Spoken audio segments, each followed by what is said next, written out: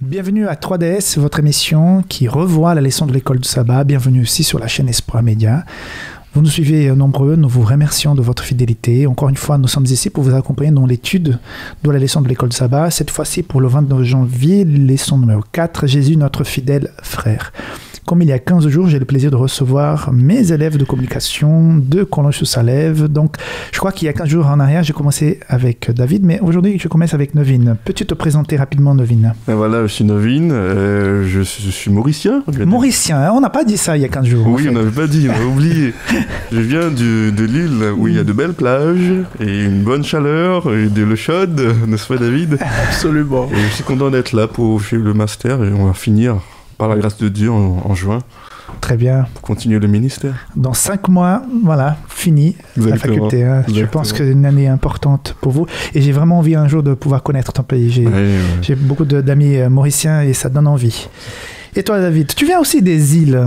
Oui, les îles. Avec des belles plages aussi. Hein. Voilà, de belles plages et des personnes extraordinaires. Et, bien entendu, des enfants de Dieu comme un peu partout sur la terre. Hein. Mais avec une belle communauté adventiste là-bas aux Antilles, qui vous salue d'ailleurs. Vous êtes nombreux là-bas. Hein. L'église adventiste, elle est très nombreuse. Hein. Oui, voilà, sur une population de plus de 400 habitants. 400 000. Oui, 400 000 habitants. 400 000 habitants, nous avons entre 13 et 15 000 adventistes en Guadeloupe et en Martinique, et c'est à peu près le même nombre d'adventistes dans les deux îles, le même nombre d'habitants. Voilà. Super, très très bien. Donc merci, tu es aussi en 5e année, tu t'apprêtes aussi à finir les études bientôt. Voilà.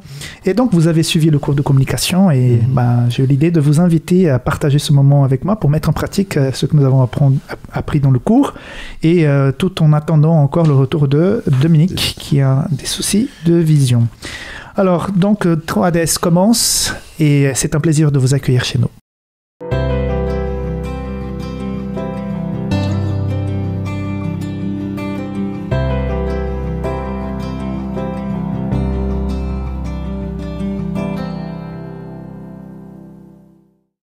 Voilà, donc cette leçon, Jésus, notre fidèle frère, il est question cette semaine de ce Jésus qui a ce rôle de fils de Dieu, chef des anges, qui rayonne de toute sa gloire sur tout l'univers, mais en même temps qui est appelé donc notre frère. Hébreux 2:12, le frère des humains.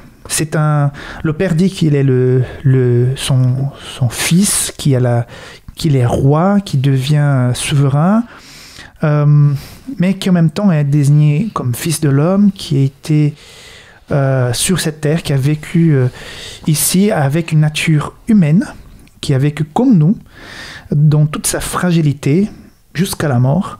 Ce Jésus qui est actuellement le grand prêtre des humains, miséricordieux, fidèle, et voilà, ce Dieu qui est devenu homme, et qui aujourd'hui plaide pour nous, tout en étant du côté de la royauté, mais avec toute la connaissance très pratique de la vie humaine, de sa fragilité. Donc, je dis souvent que j'apprécie d'être jugé, parce que je serai jugé par quelqu'un qui connaît, moi, parfaitement ma cause, ma vie, et tous mes torts et mes travers aussi.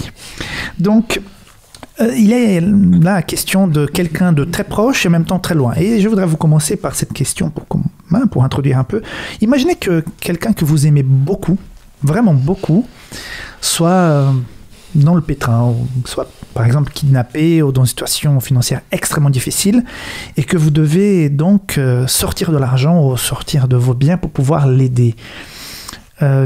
Est-ce que vous serez prêt à le faire, Novin? Est-ce que aider quelqu'un qui tu aimes beaucoup, beaucoup, beaucoup, très fort, qui est soit dans l'embarras, dans le pétrin, soit dans une situation de danger, comment tu te comporterais Qu'est-ce que tu es prêt à faire pour cette personne? Tout, je ne réfléchirai pas 2 fois.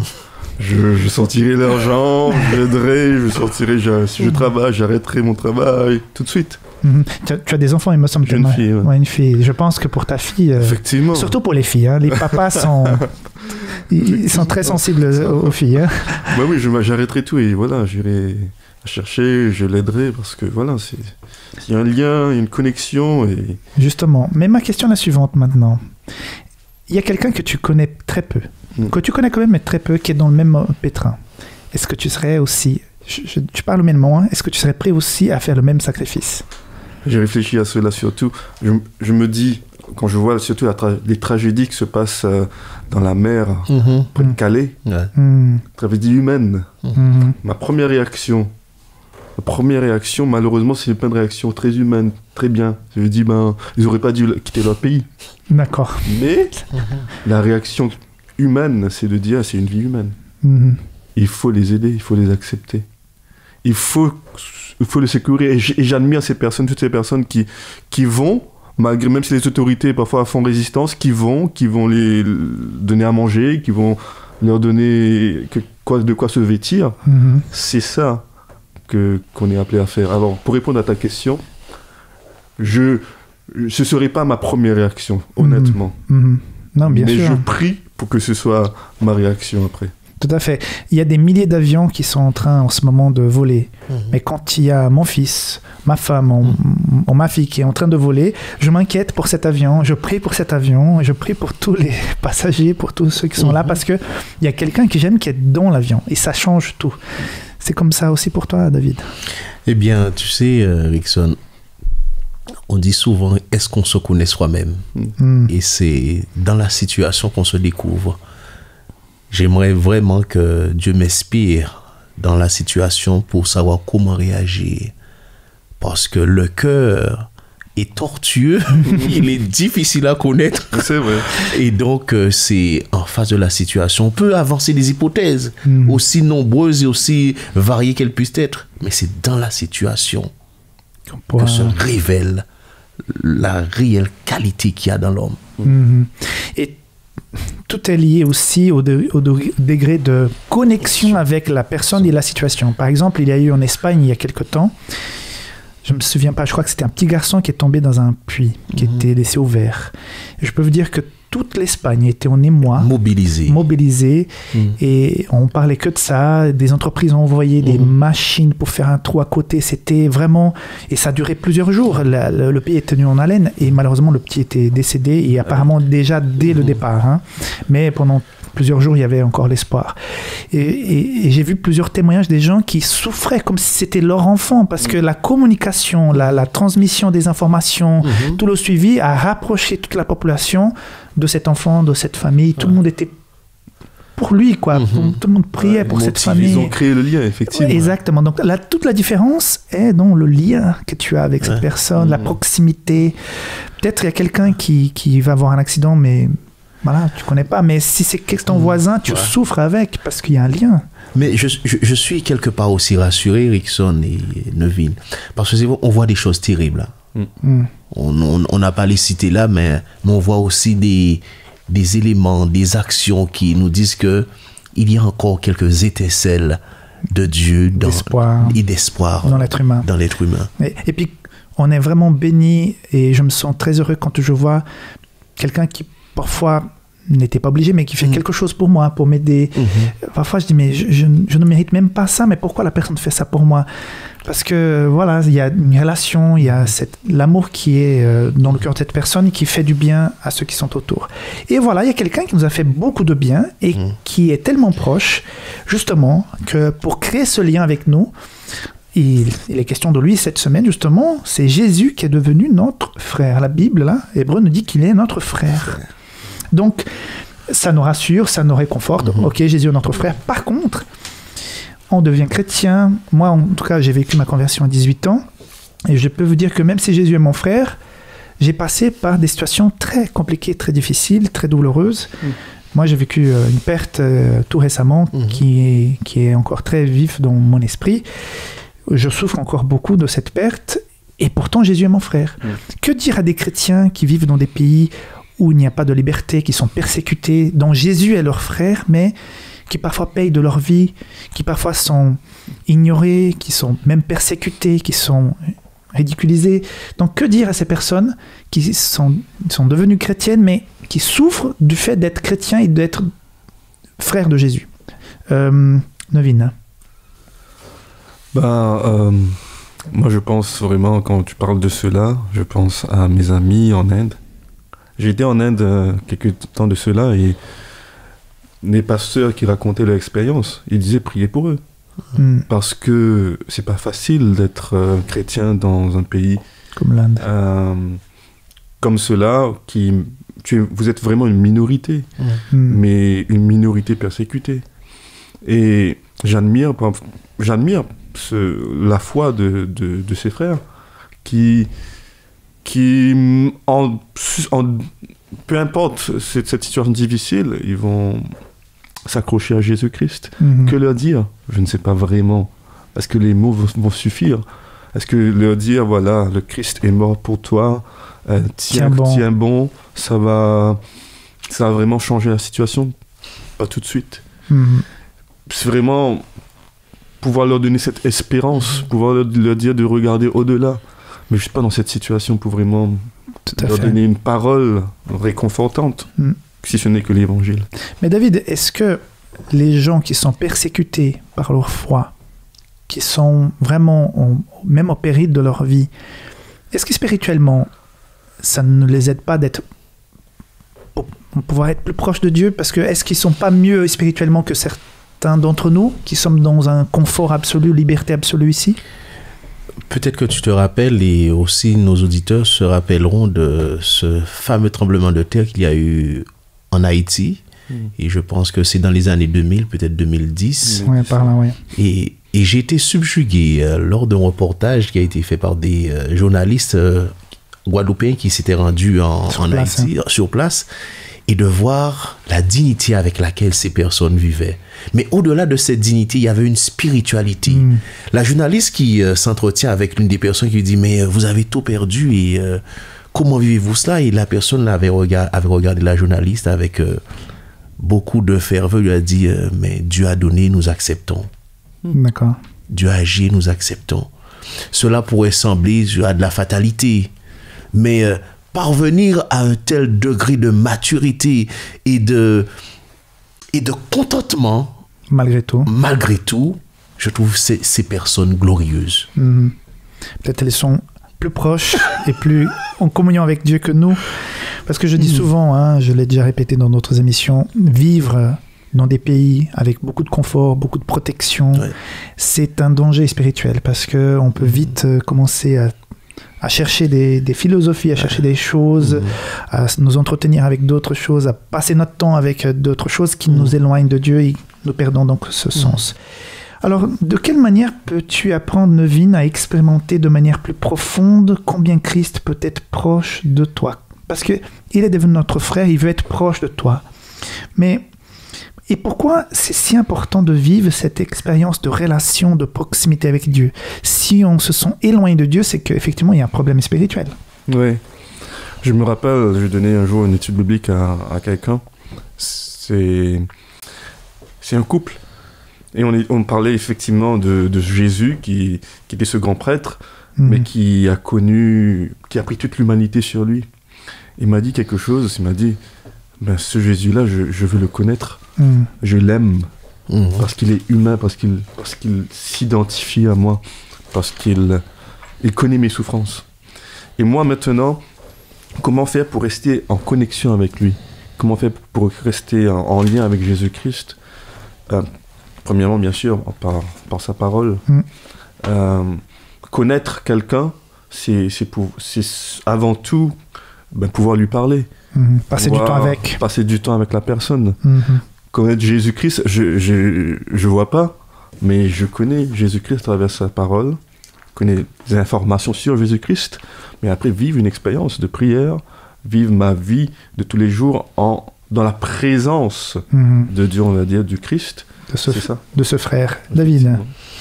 Alors, par rapport à ta question, je suis vraiment dans la recherche et dans l'analyse. Vous vous souvenez que dans l'Ancien Testament, Dieu disait au peuple d'Israël, au travers de Moïse, « Ils me feront un sanctuaire et j'habiterai au milieu d'eux. » Comment nous, à notre époque postmoderniste, pouvons-nous vivre avec Jésus à l'idée? Et moi, l'image que j'ai, je prendrais par exemple Nevin, pour ce qui montre que tu es proche de ta fille, c'est qu'elle est en toi d'une certaine façon. Son idée et sa personne t'habitent en permanence. Quand tu te lèves et quand tu vas dormir, elle t'habite. Et est-ce que ce n'est pas ce que Jésus nous demande, que nous soyons habités par lui, que nous ayons en permanence son image dans nos pensées? Et cela pourrait nous éviter pas mal de soucis, Rickson. D'accord. Donc, cette image de Dieu dans un trône, c'est pas celle-là qui nous aide vraiment, même s'il est sur ce trône. Absolument. C'est sa présence à côté de nous en tant que frère, père, ami, qui correspond davantage. Absolument. Ouais. Il faut expérimenter vraiment. Je me rappelle, j'aime bien cette illustration. J'ai entendu ça de Carl Johnson. Il raconte cette illustration. Il disait, c'est un mystique sur une montagne. Il avait une pancarte qui disait 1 euro pour une expérience de Dieu. Et voilà, les personnes viennent et la personne donne un morceau de sucre à l'autre. Il lui dit de goûter. Tu vas expérimenter Dieu. En d'autres mots, il va te dire, pour expérimenter Dieu, il faut goûter. Il faut goûter, absolument. Il faut goûter, il faut vivre. Tu payes 1 euro pour avoir le sucre. Au-delà de la théorie. C'est aussi au-delà de la théorie. Hébreux 2.10 parle de la gloire que les enfants de Dieu partageront avec le Christ. De quelle gloire il est question vraiment dans ce verset? C'est quoi cette gloire que nous allons partager? C'est lors de la Nouvelle Jérusalem? Alors, la Nouvelle Jérusalem, c'est sûr, mais déjà dans cette vie que nous avons, c'est-à-dire cette reconstruction, cette réhabilitation. Nous parlions la semaine dernière de retrouver l'image du Père, de retrouver notre paternité, retrouver ce lien avec Dieu. Et c'est là que cette gloire se développe. Et c'est là que cette gloire prend de l'ampleur. Parce que tout à l'heure, nous disons que comment garder Jésus en tête, dans son cœur, c'est de l'observer, de le contempler, de nourrir des idées le concernant. Et c'est à ce moment-là que nous sommes transformés chaque jour. Nos paroles ont une autre orientation. Nos pensées ont d'autres orientations. Nos actes ont d'autres orientations. Et notre vie est totalement transformée. Et les autres peuvent en témoigner. Nous sommes des êtres glorieux. D'accord. C'est cette gloire pas par rapport à l'argent, à l'heure, à la gloire. Voilà, non. Du monde. Ouais. Mais voilà. Quelque chose de plus intérieur, mais plus lumineux. Et construit à nouveau. Tout à fait. Vivre en Éden, finalement. Absolument. Retrouver l'Éden perdu. Exact. Alors, il y a quelque chose dans la leçon cette semaine qui est assez, parfois difficile à comprendre, mais qui est important. Il est dit dans Hébreux 2.17, que Jésus a été fait comme ses frères, en tout. Okay? Donc, il était comme nous. Jésus ne ressemblait pas simplement aux hommes, il était véritablement humain. Véritablement l'un d'entre nous. Il est aussi dit dans la leçon que Jésus était différent de nous concernant le péché. La nature de Jésus n'était pas souillée par le péché comme la nôtre. Mais il devait en être ainsi. Si Jésus avait été charnel, vendu au péché, comme nous, il ne pourrait pas être notre sauveur. Mais Jésus est venu en tant que sauveur et il s'est offert pour nous en sacrifice sans défaut à Dieu. Alors, comment concilier cette nature divine et humaine sans invalider le salut par la fidélité du Christ et sa mission? Donc, comment Jésus peut être effectivement notre sauveur, puisqu'il était dans notre situation, il était physiquement comme nous ici sur Terre. Comment il peut être notre sauveur s'il était comme nous? C'est pas simple, hein? Ah ouais, mais je pense que la réponse se trouve dans ce mot « comme ». Il n'était pas tout à fait l'être humain. Il y avait une différence entre Jésus et l'homme. Dans sa nature seulement. Dans son nature. C'est-à-dire, Jésus, il est en même temps Dieu et en même temps humain. Et nous ne sommes pas Dieu. Nous sommes complètement hommes. Et c'est cette nature divine qui va permettre, on va dire, qui va permettre le salut. J'aime bien, il y a peut-être un texte qui va nous éclairer, c'est en Pierre chapitre 2. Je voudrais lire quelques versets de ce texte. Voilà. En Pierre chapitre 2, je vais lire à partir du verset 18, il va dire ceci. Serviteurs, soyez soumis en toute crainte à vos maîtres, non seulement à ceux qui sont bons et doux, mais aussi à ceux qui sont d'un caractère difficile. Car c'est une grâce de supporter les afflictions par motif de conscience envers Dieu, quand on souffre injustement. En effet, quelle gloire y a-t-il à supporter le mauvais traitement pour avoir commis de fautes? Mais si vous supportez la souffrance lorsque vous faites ce qui est bien, c'est une grâce devant Dieu. verset 21. Et c'est à cela que vous avez été appelés, parce que Christ aussi a souffert pour vous, vous laissant un exemple, afin que vous suiviez ses traces. Lui qui n'a point commis de péché, et dans la bouche duquel il n'est pas trouvé de fraude. Lui qui, injurié, ne rendait point d'injures, maltraité, ne faisait point de menaces, mais s'en remettait à celui qui juge justement. Lui qui a porté lui-même nos péchés en son corps sur le bois, afin que, morts au péché, nous vivions pour la justice, par lui, par ces meurtrissures duquel vous avez été guéris, car vous étiez comme des brebis errantes, mais maintenant vous êtes retournés vers le pasteur, le gardien de vos âmes. Autrement, dans ce texte, on voit l'indicatif et l'impératif. Autrement, l'indicatif, c'est dans la personne de Jésus-Christ, dans sa divinité. Il était Dieu. Il est mort pour nous. Nous, on ne peut pas faire cela. Tu peux sauver personne. Hein. On ne peut sauver personne. Mais c'est le Christ, dans sa nature divine, qui peut le faire. Mais cet indicatif nous conduit vers l'impératif, à ce que nous devons faire maintenant, dans notre humanité, en tant qu'être humain. Parce que le Christ, quand même, il est l'exemple parfait dans le vécu sur la terre, dans son amour. Il est l'exemple parfait du sacrifice de soi. Et l'exemple parfait dans sa foi qu'il a montré envers Dieu lorsqu'il faisait face à cette prière dans Gethsémani. Si c'était possible, mais moi, que ta volonté soit faite. Le Christ est l'exemple parfait dans sa résistance aux tentations. En d'autres mots, il y a cette humanité du Christ, ce frère qu'il est pour nous. Cela nous aide à vivre notre foi de racheter. Parce que nous pouvons, avec l'aide du Saint-Esprit, aspirer à être comme le Christ. Wow. Donc cette nature divino-humaine, c'est du 100% divin et du 100% humain. Effectivement. En tout cas, ça m'aide beaucoup à la comprendre. Oui, David. Puis j'apporte un modeste élément, cher Rickson, puisque là nous plongeons dans la christologie et ça c'est quelque chose qui me passionne énormément. Si j'aimerais juste rajouter un petit truc par rapport à ce que tu dis, Nevin, toute naissance doit débuter par une mort. Si je veux faire ce cheminement, je dois passer comme le fidèle frère qu'est Jésus par la mort, mourir à moi-même. C'est-à-dire faire taire cet être égoïste, toxique pour moi et pour les autres, pour devenir cet être altruiste. Et la recette, elle réside dans Philippiens 4, verset 13. Je puis tout par celui qui me fortifie pour être semblable à ce frère fidèle qu'est Jésus. Cela débute d'amour par ma pensée. Très bien, très bien. Il est question maintenant de souffrance. Est-ce que vous aimez souffrir? Personne n'aime ça. Ok. Pourquoi donc est plus facile d'obéir, de chercher Dieu quand on passe par la case souffrance? Est-ce que pour rencontrer Jésus, il est nécessaire de passer vraiment par la souffrance pour que quelqu'un puisse avoir une relation véritable? Qu'est-ce que ce Jésus qui est frère, qui a souffert pour nous, peut nous apprendre par rapport à l'utilité, entre guillemets, l'utilité de la souffrance dans la vie du chrétien? Qu'est-ce que tu en penses, David? Alors, ceux qui voudraient penser que Dieu est un Dieu qui aime faire du mal, masochiste ou autre, j'aimerais qu'ils puissent se détromper. Voilà.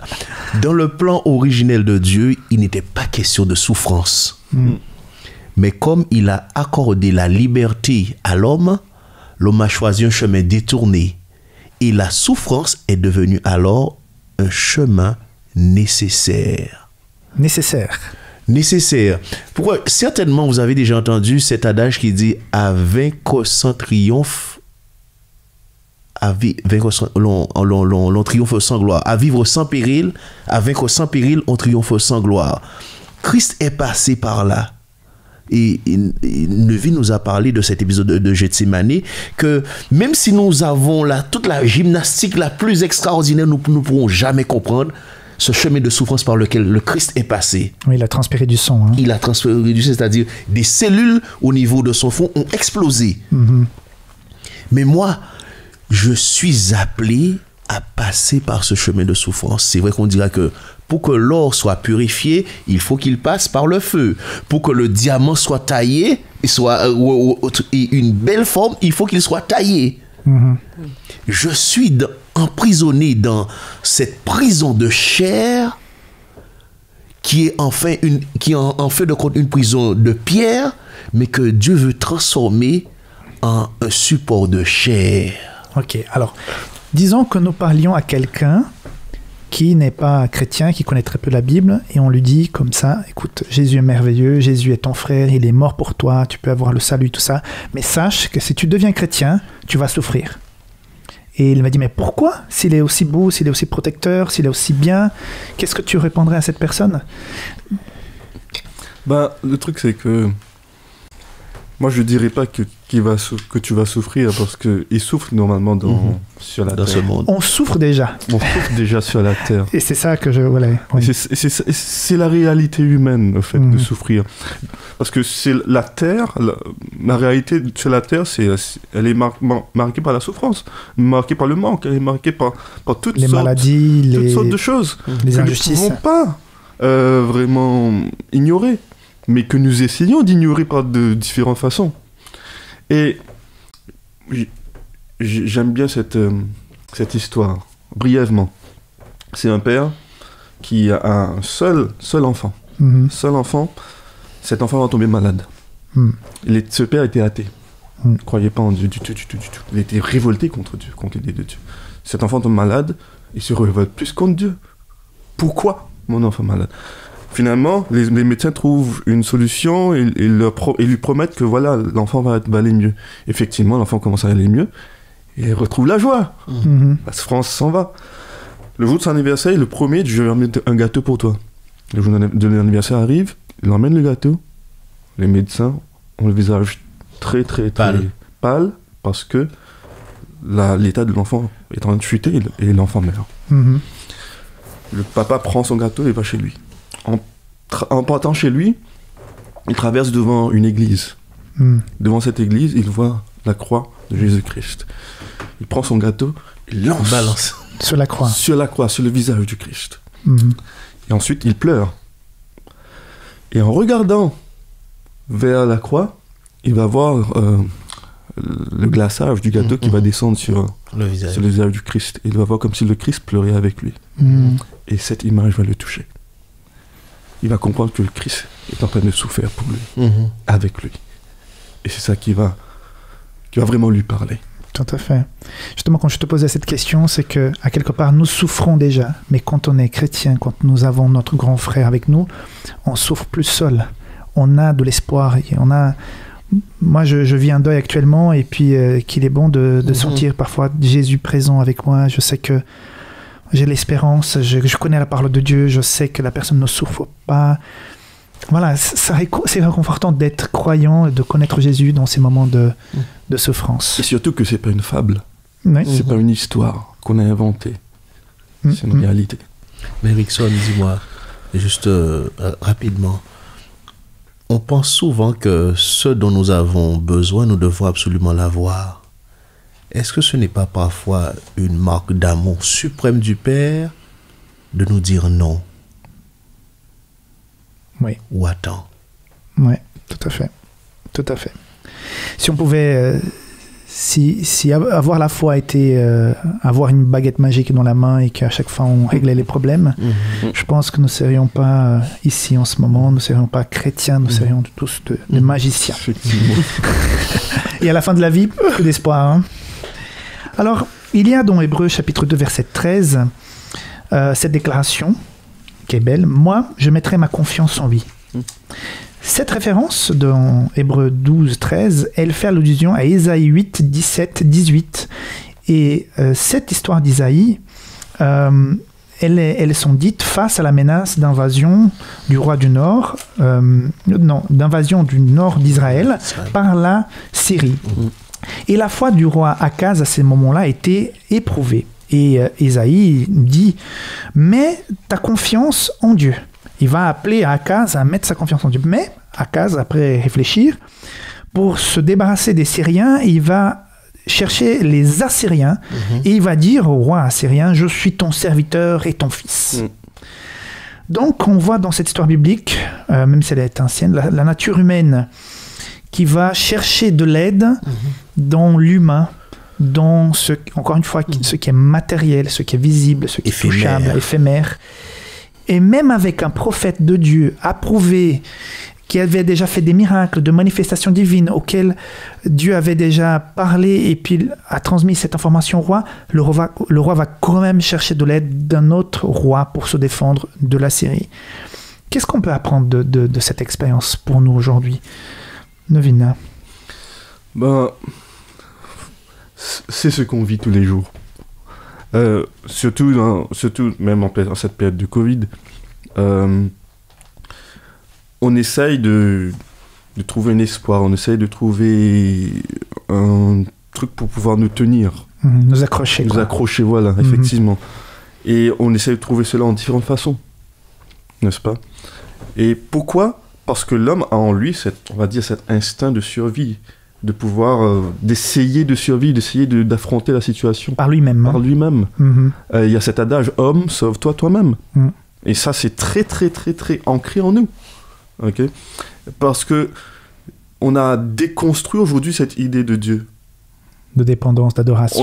On a appelé cette idée de Dieu comme une fable, comme l'aspiration de l'homme. Hein? C'est une projection de l'homme vers un être qu'il a créé pour s'apaiser, se réconforter. C'est ça qu'on a fait. Et en faisant cela, en déconstruisant cette idée de Dieu, l'homme se voit livré à lui-même alors qu'il a besoin d'aide. Quand tout va bien, ça va bien, mais le jour où le drame, les problèmes arrivent, ces personnes sont dépourvues de points d'ancrage. Effectivement. Et où se tourner?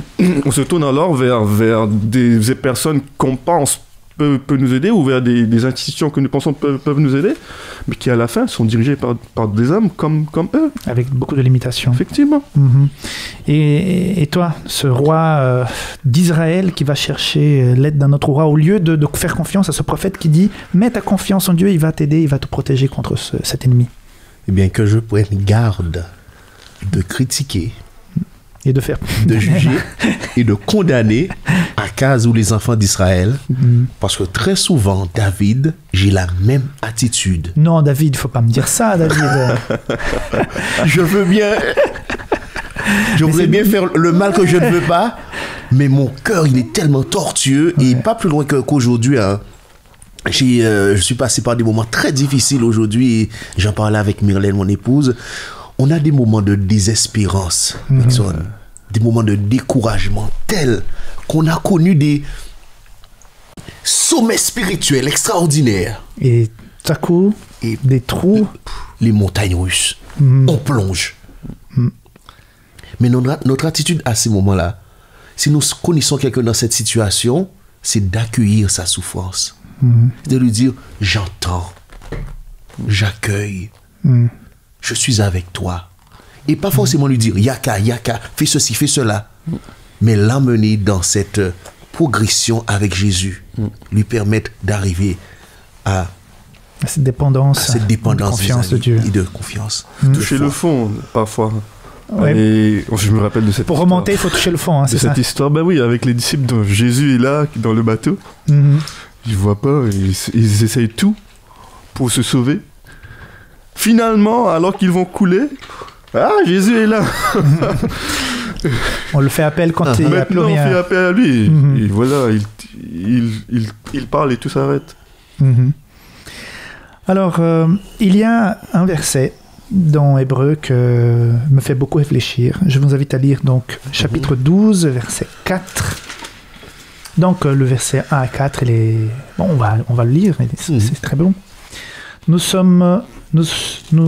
donc aussi, puisque nous sommes entourés d'une si grande nuée de témoins, rejetons tout fardeau et le péché qui nous enveloppe si facilement, et courons avec persévérance l'épreuve qui nous est proposée.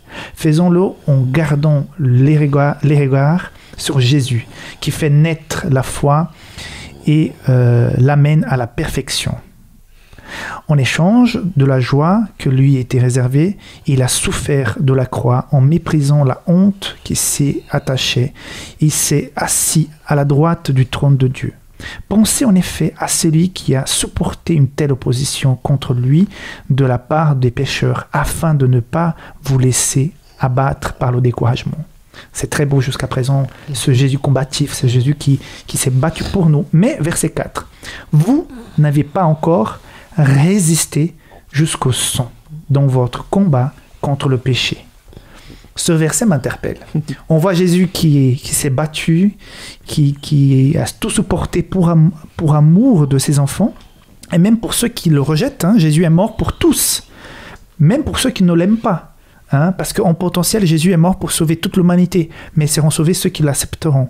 Mais le verset 4, je pense qu'il est adressé à ceux qui sont croyants, dit « Vous n'avez pas encore résisté jusqu'au sang dans votre combat contre le péché. » Et ce verset m'interpelle parce qu'il m'invite à me bagarrer. Je ne sais pas, quand vous étiez enfant, vous vous êtes bagarré. Ça m'est arrivé quelques fois, surtout quand on jouait au foot, ça finissait toujours un peu mal. De vous bagarrer parce que vous avez raison et tout, parce que vous voulez défendre ceci, cela. Mais de vous bagarrer contre le péché. C'est l'invitation que ce verset nous fait. Est-ce que vous avez déjà dû vous bagarrer contre le péché jusqu'au sang, Nevin? C'est une lutte de tous les jours. Chacun d'entre nous avons nos faiblesses. Et il y a ces faiblesses on pense parfois avoir trouvé une astuce, ou avoir eu la victoire dessus, mais après elle revient et il faut se bagarrer vraiment. Il faut résister vraiment.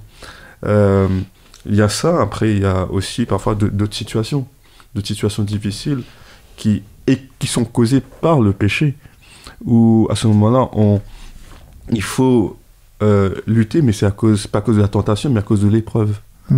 Là on lutte dans la prière, on lutte avec le Seigneur qui lui a saigné pour nous, et on essaye de faire appel à sa puissance pour pouvoir gagner cette victoire aussi. Lutter jusqu'au sang, mais jusqu'au sang de Jésus en fait, parce que son sang est déjà coulé. Effectivement. David, se battre jusqu'au sang contre le péché. Oui, je vais peut-être poursuivre dans la même lignée que Nevin.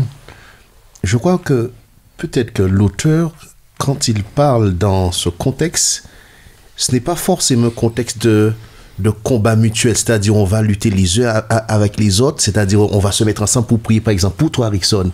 Mais c'est ce contexte de combat personnel, spirituel et existentiel. Il y a des combats que nous devons mener seuls, avec l'aide du Saint-Esprit, par la puissance de Jésus, mais comme Jacob, qui a connu son moment de détresse seul, où il a lutté avec l'étranger, l'ange, et il a été marqué au niveau de sa hanche. Et jusqu'à présent, dans la culture judaïque et juive, nous connaissons la signification. Mais ces combats doivent être menés seuls, et pas pour nous donner une certaine fierté ou un certain orgueil, mais aller au plus profond de notre être, puisque le sang est le support de l'âme. Il est question de quelque chose de personnel, d'individuel. Je rajoute encore un autre aspect plus pratique. Quand nous sommes tentés sur un point et qu'on laisse couler et qu'on plonge là-dedans et qu'on fait semblant que ça n'existe pas et que les choses sont racines, le jour où on se dit non, mais le jour où je vais arrêter, j'arrêterai, il n'y a aucun souci. Mais sauf qu'on a laissé, et le problème s'est empiré. Le jour où tu dis maintenant j'ai décidé, je vais arrêter avec ça, ça ne sera pas simple. C'est pas simple. Parce que plus on laisse de côté quelque chose qui est mauvaise et qui s'enracine, le jour où on voudra vraiment faire en sorte que ça s'arrête, on aura de la peine. Et là, je dis que parfois, il faut vraiment se battre jusqu'au sang, entre guillemets, le sang de Jésus, comme tu as dit, Nevin. Mais ça va être très dur. Je connais des gens qui étudient la Bible actuellement, qui ont des pratiques qui sont mauvaises pour leur vie, pour leur santé. Et je vois combien il est difficile de s'en débarrasser. Elles comprennent maintenant que le corps est le temple du Saint-Esprit, qu'il ne faut plus attaquer ce corps, il faut plus le détruire. Et puis pour s'en sortir, on voit que ces pratiques-là, depuis des années, pour les arrêter, pour s'en sortir, c'est très dur. Et dans cette bataille acharnée, je pense toujours aussi à Jésus qui s'est battu dans la prière, dans le Gethsémane, dans tout son ministère pour pouvoir nous apporter le salut. Donc, si nous nous attachons à Jésus et que si nous avons foi En lui, il y a cette force extraordinaire, surnaturelle, qui fera en sorte que nous puissions vaincre ces choses qui sont même enracinées depuis des années. Il y avait une chose qui me rappelle, cette prière que Jésus adresse à Pierre. Il dit à Pierre, mais j'ai prié pour toi, afin que ta foi ne défaille point. Et toi, quand tu seras revenu, affermis tes frères. Exact. Le Christ prie pour nous. Et c'est une bonne nouvelle, mes amis. Nous prions pas tout seuls. Nous ne pouvons pas prier tout seuls. D'ailleurs, Romains 8, chapitre 8, verset 26 nous dit l'Esprit lui-même interprète nos soupirs. C'est extraordinaire. Oui, tout à fait. Donc, pour conclure, par rapport à cette... on parle de souffrance, de dépendance de Dieu. Nous savons que la souffrance en soi, elle est pas bonne. Même si parfois, au travers de cette souffrance, nous pouvons aller plus loin dans notre relation avec Dieu. Quelles sont dans ta vie pratique, les bonnes choses que tu as pu apprendre de la souffrance? On voit déjà l'exemple de Jésus, qui nous a pu apporter le salut par sa souffrance. Mais est-ce que dans la vie pratique, est-ce que tu as déjà appris des choses parce que malheureusement, tu es passé par la souffrance, mais t'es sorti quand même enrichi? Oui, la souffrance apprend l'humilité. Ah, d'accord. Oui. La souffrance m'a appris l'humilité, m'a appris la patience. Et aussi m'a appris à ne pas compter sur mes propres forces, à pouvoir chercher de l'aide. Et ça a été une grande leçon. Pouvoir chercher de l'aide avec les autres pour sortir des situations difficiles. La souffrance m'a appris cela et c'est un gain. Et j'aime bien cette citation de vers Jésus de Moine qui dit ceci: sur les épines, Dieu fait pousser des roses. Et la souffrance, c'est vraiment une épine. Mais dessus, à côté, il y a une rose. Il y a une rose. Très bien. C'est pas une éloge à la souffrance, non. Parce que la souffrance, personne n'aime souffrir. Mais il y a un gain quand même. J'aime bien quand tu dis que, en tout cas, la souffrance t'a appris à demander de l'aide, à reconnaître qu'à un moment donné, on est au bout.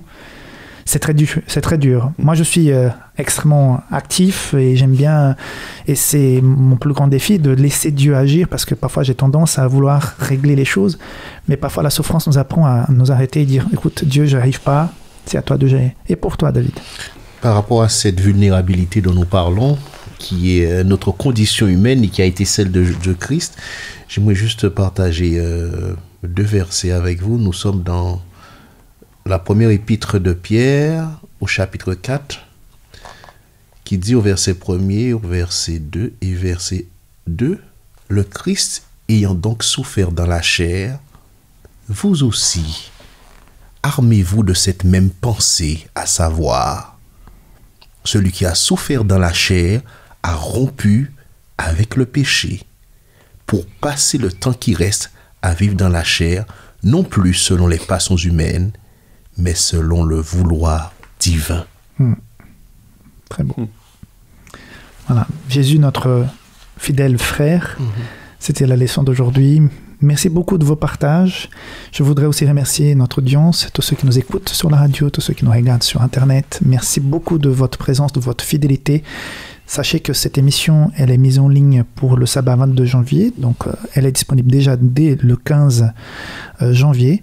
Je voudrais aussi vous rappeler qu'elle est remise en ligne, en replay, le 22 janvier à 10h sur notre chaîne. Si jamais il y a plusieurs personnes qui sont habituées d'aller chercher l'école de sabbat le samedi matin, si jamais elles sont à la maison, ne peuvent pas se déplacer. Et je vous invite aussi à partager cette vidéo, mettre sur vos réseaux sociaux, envoyer des amis. Si vous n'êtes pas encore abonné à la chaîne Espoir Média, faites-le maintenant pour que vous puissiez recevoir les autres émissions que nous organisons. Donc je voudrais aussi vous remercier, mes amis, les élèves de cours de communication de la FAT, en préparation pour la fin des études. Mémoire en vue déjà, hein? Ah oui, en plein dedans. En plein dedans. Donc que Dieu puisse vous accompagner, vous aider dans cette démarche et dans cette année clé. Et que aussi Dieu puisse vous aider dans la suite de votre ministère, parce que vous finissez les études et j'espère que vous allez commencer rapidement votre ministère pastoral. Et que Dieu te bénisse dans tes ministères. Merci beaucoup. Et ta famille. Merci beaucoup, mes amis. Donc, à la prochaine. Merci beaucoup d'avoir suivi 3DS. Au revoir.